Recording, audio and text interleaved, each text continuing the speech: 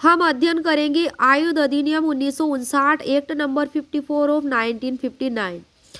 अध्याय 4 जो है शक्तियां और प्रक्रिया से रिलेटेड है, पावर्स एंड प्रोसीजर, जो धारा 19 से 24 बी तक है।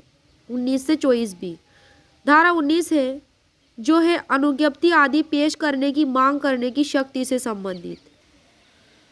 धारा 20 है संदिग्ध परिस्थितियों के अधीन आयुध आदि का प्रवहन करने वाले व्यक्तियों की गिरफ्तारी से संबंधित।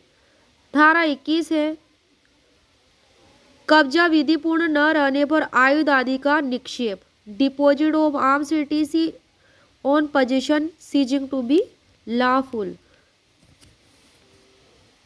सेक्शन 22 है मजिस्ट्रेट द्वारा तलाशी और अभिग्रहण।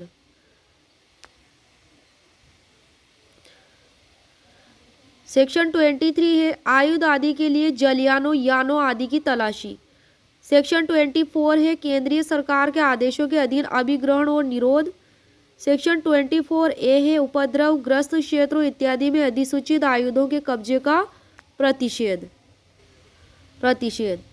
अब है 24 बी।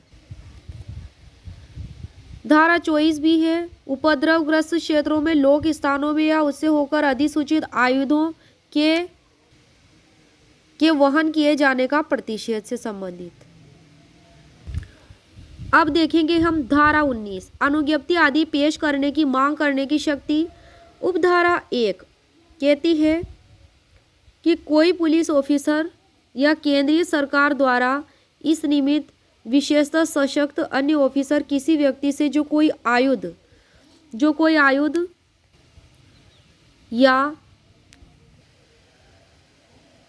या गोला बारूद का वहन कर रहा हो, किसका, गोला बारूद का, आयुध या गोला बारूद का, अपनी अनुज्ञप्ति पेश करने की मांग कर सकेगा। कौन कर सकेगा? लाइसेंस की मांग कोई पुलिस ऑफिसर या केंद्र सरकार द्वारा सशक्त किया गया अन्य ऑफिसर। अब आ जाते हैं हम उपधारा 2 पर। धारा 19 की क्या कहती है कि यदि वह व्यक्ति जिससे मांग की जाए कि अनुज्ञप्ति पेश करने से फिर वह इनकार कर दे या पेश करने में वह क्या करे, असफल रहे, पेश करने में असफल रहे, यह दर्शित करने से इनकार कर दे या करने में असफल रहे कि ऐसे आयुध या गोला बारूद को अनुज्ञप्ति लाइसेंस के बिना वहन करने के लिए वह इस एक्ट या किसी अन्य तत्समय प्रवर्त विधि के आधार पर हकदार है तो संप्रक्त ऑफिसर उससे अपना नाम और पता बताने की क्या कर सकेगा, अपेक्षा कर सकेगा। और यदि ऐसा ऑफिसर आवश्यक समझे तो उस व्यक्ति से वह आयुध या गोला बारूद जिसे वह वहन कर रहा हो अभिग्रहित कर सकेगा। उपधारा 3 कहती है कि यदि वह व्यक्ति अपना नाम और पता देने से इनकार करे या यदि वह संप्रक्त ऑफिसर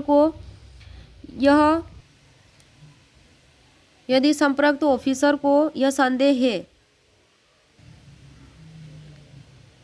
कि वह व्यक्ति मिथ्या नाम या पता दे रहा है, उसके बारे में झूठ बता रहा है, उसका नाम और एड्रेस, या फरार होने का उसका आशय है कि वो कहीं फरार हो सकेगा, तो ऐसा ऑफिसर उसे वारंट के बिना गिरफ्तार कर लेगा।